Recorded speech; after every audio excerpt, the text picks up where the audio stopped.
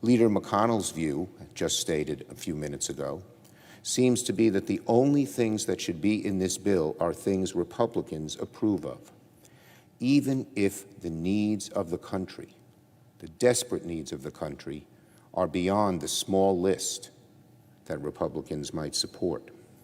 And that is not real compromise.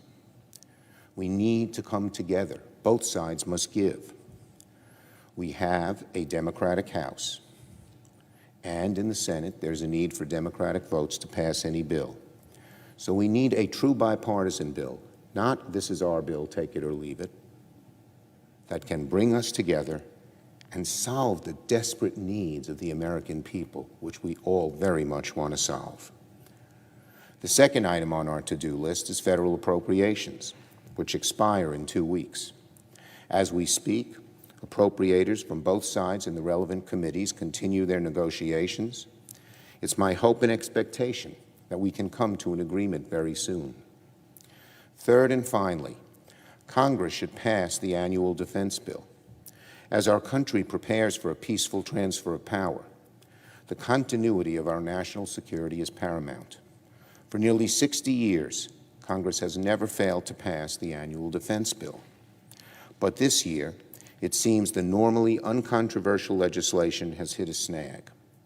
President Trump has threatened to veto the bill over a provision that would rename military bases and installations named after Confederate military leaders, men who would rend this country in half to preserve the institution of slavery, men who literally fought against this nation's military in pursuit of an ignoble cause. For that, a provision to rename our military bases to honor actual heroes rather than traitors to our country, President Trump is threatening to veto a pay raise for our troops. And it seems that Republicans in Congress are slow-walking the bill in hopes of finding some way to appease the outgoing president rather than just passing the bill over his rather ridiculous objection.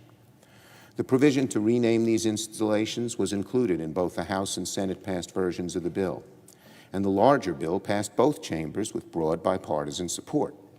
There's no reason to further delay a pay raise for our military heroes, our living military heroes, because President Trump wants to honor dead Confederate traitors. The other provision that's at risk, shockingly, from our Republican colleagues, is an amendment to assist veterans who have long suffered from their exposure to Agent Orange in the Vietnam War. The amendment passed this chamber with 94 votes in favor, a rare and near unanimous demonstration of bipartisan support.